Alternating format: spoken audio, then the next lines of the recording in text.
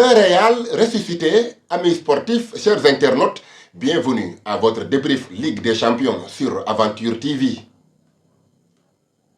Le Real de Madrid décroche le dernier ticket pour les quarts de finale. Les merengues ont battu l'Atlético de Madrid 4 tirs au but à 2, 1 but à 0 pour les hommes de Diego Simeone en temps réglementaire. Alassane Bangoura, le champion, est toujours en course pour défendre son titre.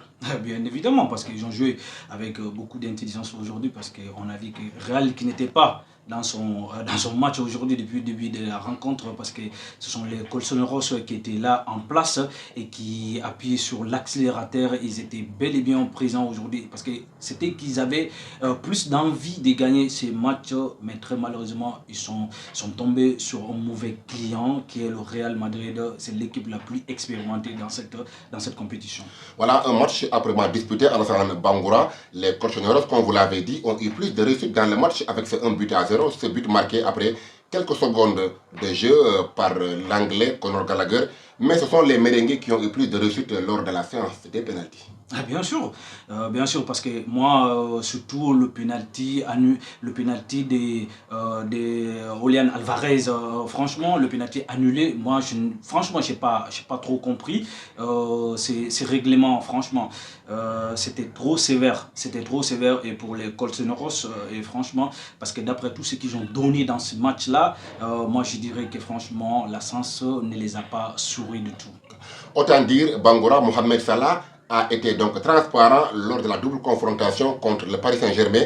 Mais autant dire également que Vinicius a été bien muselé par les latéraux des Colchoneros, à savoir donc Molina en deuxième mi-temps et surtout en première période par l'Orienté. Bien sûr,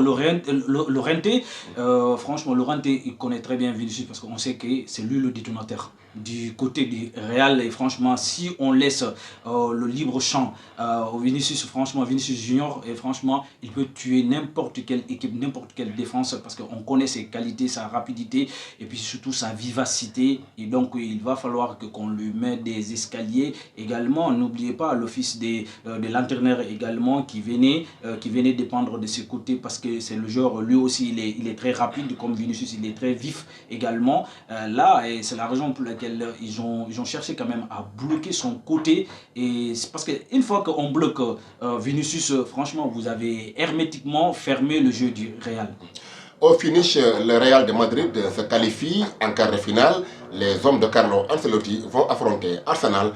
Merci de vous abonner, d'aimer nos vidéos et surtout de partager. À très bientôt sur Aventure TV.